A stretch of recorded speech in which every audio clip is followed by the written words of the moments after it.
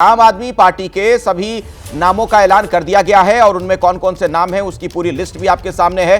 पूरी फहरिस्त आप देख सकते हैं। कोंडली से कुलदीप कुमार चुनाव लड़ने जा रहे हैं, गोकलपुरी से सुरेंद्र कुमार हैं, रिठाला से मोहिंदर गोयल हैं, सुल्तानपुर माजरा से मुकेश अहलावत हैं, त्रिनगर से प्रीति तोमर का नाम सामने आ रहा है। इसके अलावा नई दिल्ली से अरविंद केजरीवाल चुनाव लड़ेंगे। चूंकि इसको लेकर थोड़ी संशय की स्थिति थी, बार बार बीजेपी की तरफ से उन्हें घेरा जा रहा था, लेकिन यह साफ हो गया कि नई दिल्ली से ही चुनाव लड़ने जा रहे हैं अरविंद केजरीवाल। इसके अलावा हम आपको बता दें, तिलक नगर से जरनैल सिंह का नाम सामने आ गया है, द्वारिका से विनय मिश्रा है, विकासपुरी से महेंद्र यादव हैं और बुराड़ी से संजीव झा भी हमारे साथ मौजूद। संजीव झा भी चुनाव लड़ने जा रहे हैं। हरनाम जी मेरे साथ अगर जुड़े हुए हैं। हरनाम जी, क्या मुझे सुन पा रहे हैं? जी सुन रहा हूं जी। तो मेरा सवाल आपसे यही था हरनाम जी, जो आपने इस मामले में ये कहा कि लोकसभा चुनाव को लेकर कि उस वक्त संविधान की रक्षा करनी थी और बहुत तरह के तर्क आपने दिए, इसलिए केजरीवाल को साथ लेकर चल रहे थे। तो अब सब ठीक हो गया, अब ऐसी कोई दिक्कत नहीं है ना? संविधान को छोड़ दिया आपने केजरीवाल को। देखिए राज्यवार चुनाव अलग अलग होते हैं। जैसे पंजाब में आम आदमी पार्टी ने अलग चुनाव लड़ा और कांग्रेस ने अलग चुनाव लड़ा। राज्य के मुद्दे और देश के मुद्दे बहुत डिफरेंट होते हैं, भिन्न भिन्न होते हैं।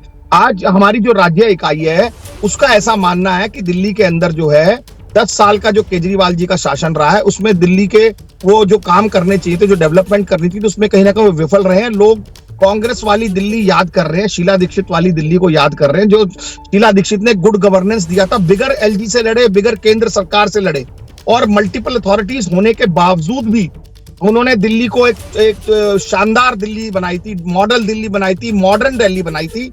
उसको लोग याद करते हैं और उसी को हम डिलीवर करना चाहते हैं, इसलिए हम अलग चुनाव लड़ रहे हैं।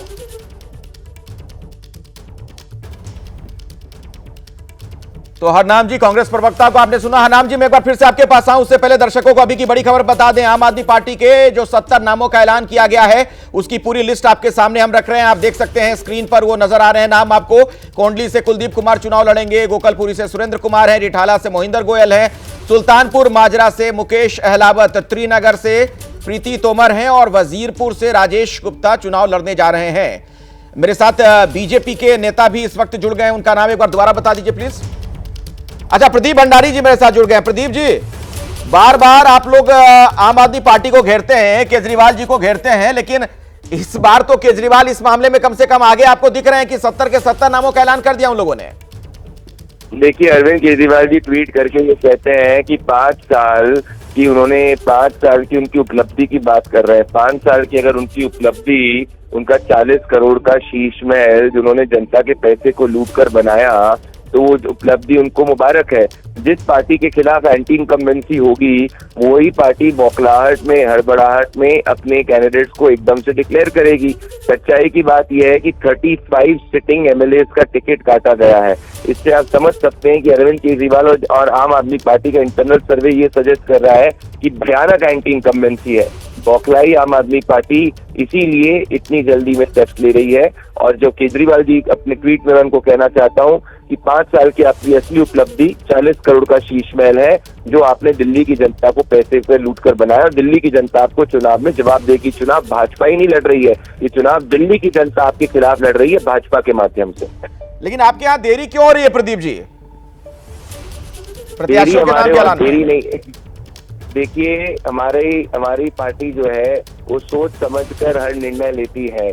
जिस पार्टी के खिलाफ एंटी इनकम्बेंसी है वो पार्टी जल्दबाजी कर रही है। तो आपको ये पूछना चाहिए कि अरविंद केजरीवाल इतनी जल्दबाजी क्यों कर रहे हैं। वो जल्दबाजी इसीलिए कर रहे हैं क्योंकि वो हारने की कगार पर है और उनको पता है कि भाई अगर कैंडिडेट नहीं बदले तो करारी हार होगी। पर ये सब स्टेप्स जो विंडो ड्रेसिंग कर रहे हैं, उसके बाद भी दिल्ली की जनता उनके 40 करोड़ का जो शीश महल बना है उसके उनको माफ नहीं करने वाली है।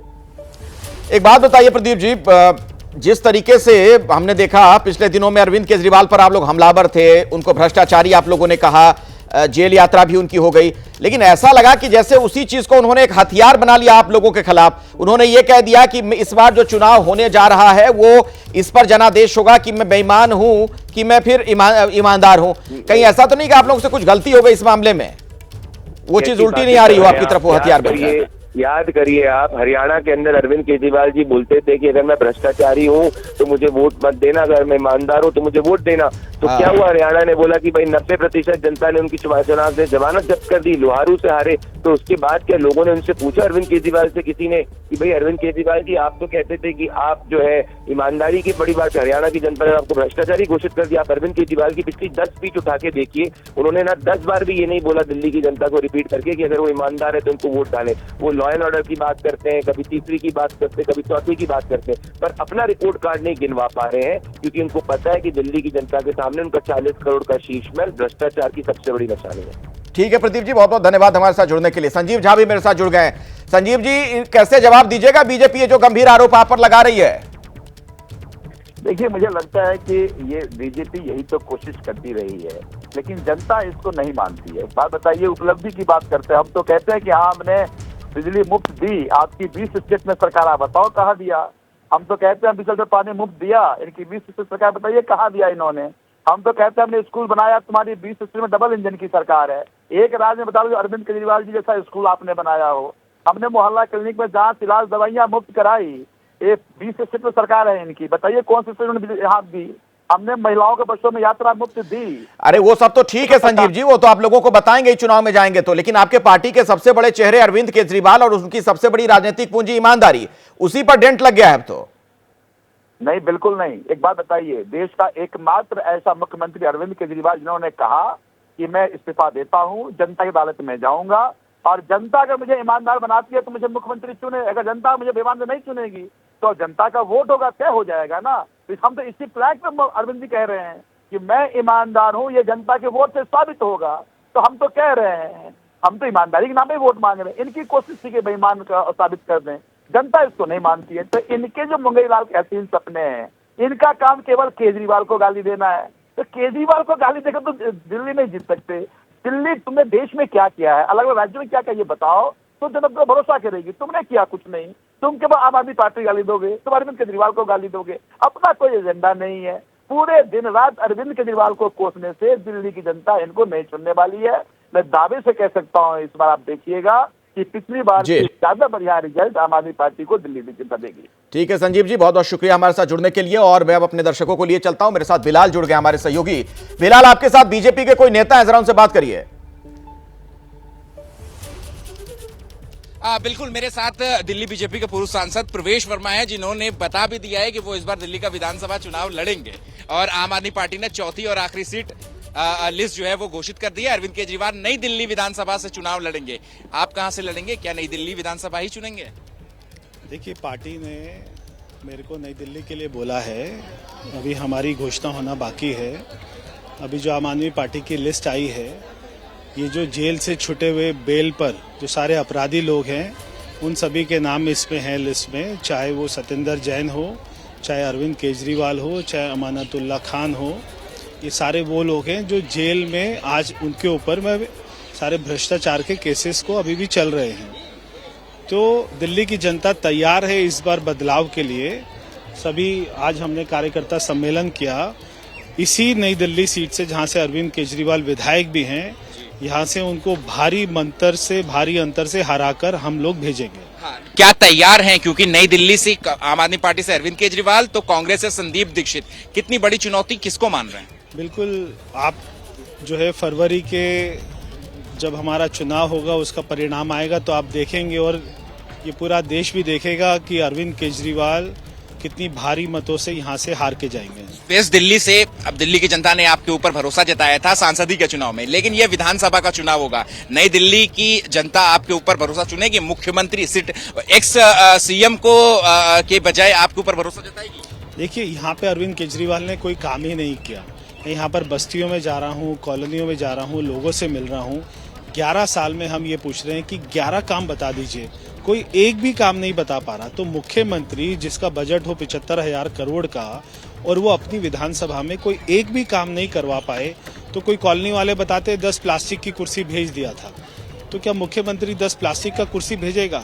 आज भी शौचालय नहीं है, पानी नहीं है, सीवर नहीं है, लाइट नहीं है और दिल्ली के मुख्यमंत्री का बजट आज भी पूरा खर्च नहीं हुआ। इससे बड़ा दुर्भाग्य। दो बड़े नेता हैं, आम आदमी पार्टी के सबसे बड़े नेता अरविंद केजरीवाल हैं, तो वहीं कांग्रेस के एक बड़े नेता हैं संदीप दीक्षित। रणनीति क्या रहेगी आपकी तरफ से, कैसे इन दोनों को पटखनी देने की कोशिश करेंगे?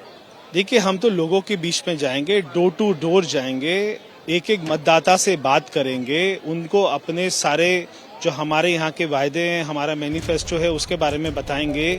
जो अरविंद केजरीवाल ने काम नहीं किया, लोगों में बहुत गुस्सा है, लोगों का बहुत अपार समर्थन हमको मिल रहा है। प्रवेश जी, आप जो रेवड़ी का जिक्र करते हैं, अरविंद केजरीवाल तो उसी रेवड़ी को हथियार बना करके उन्होंने बकायदा अब महिलाओं को 2100 रुपए देने की घोषणा कर दी। तो इस रणनीति को आम आदमी पार्टी के कैसे टैकल करें? केवल वो घोषणा मात्र है। यही उन्होंने घोषणा करी थी पंजाब के चुनाव में। 3 साल हो गए, पंजाब की एक भी महिला को 1000 रुपया नहीं मिला। सेम घोषणा वो दिल्ली में कर रहे हैं। दिल्ली की माताओं बहनों को पंजाब की माताओं बहनों से पूछना चाहिए कि आपको पैसा मिल रहा है। अगर वहां पर भी मिल रहा है तो मैं यहाँ की माताओं बहनों से कहूंगा कि केजरीवाल अगर वहां पे नहीं मिल रहा तो काहे को विश्वास आपके तो अभी 8 विधायक हैं। अरविंद केजरीवाल की आम आदमी पार्टी ने 62 विधायकों के साथ वो विधानसभा में वापसी की थी। इस बार फिर से चुनाव होंगे तो कितना नंबर गिरेगा नीचे? फरवरी में बहुत अच्छा मुहूर्त है, भाजपा की सरकार बनेगी। ठीक है। और एक सवाल, आखिरी सवाल आपसे ये भी ले लूं मैं कि बहुत सारे जो दागी चेहरे हैं, नरेश बलियान जो कि जेल में अभी बंद हैं, उनकी पत्नी को उत्तम नगर से टिकट दिया है, अमानतुल्लाह खां को वापस से ओखला से जो है वो टिकट दिया है, सत्येंद्र जैन को शकूर बस्ती से, तो कई सारे ऐसे भी पुराने चेहरे उनको रिपीट कर रही है। देखिए, ये जो भी विधायक है ना, आप उनके विधानसभा क्षेत्र में जाएंगे, दिल्ली के नहीं देश के सबसे बड़े गुंडे हैं, सबसे बड़े भ्रष्ट विधायक हैं। एक एक विधायक ने 50-50, 100-100 करोड़ रुपए कमाया है। दिल्ली की जनता जानती है कि उनको कैसे जवाब देना। नहीं, दिल्ली से ही प्रवेश वर्मा चुनाव लड़ेंगे, ये कंफर्म है।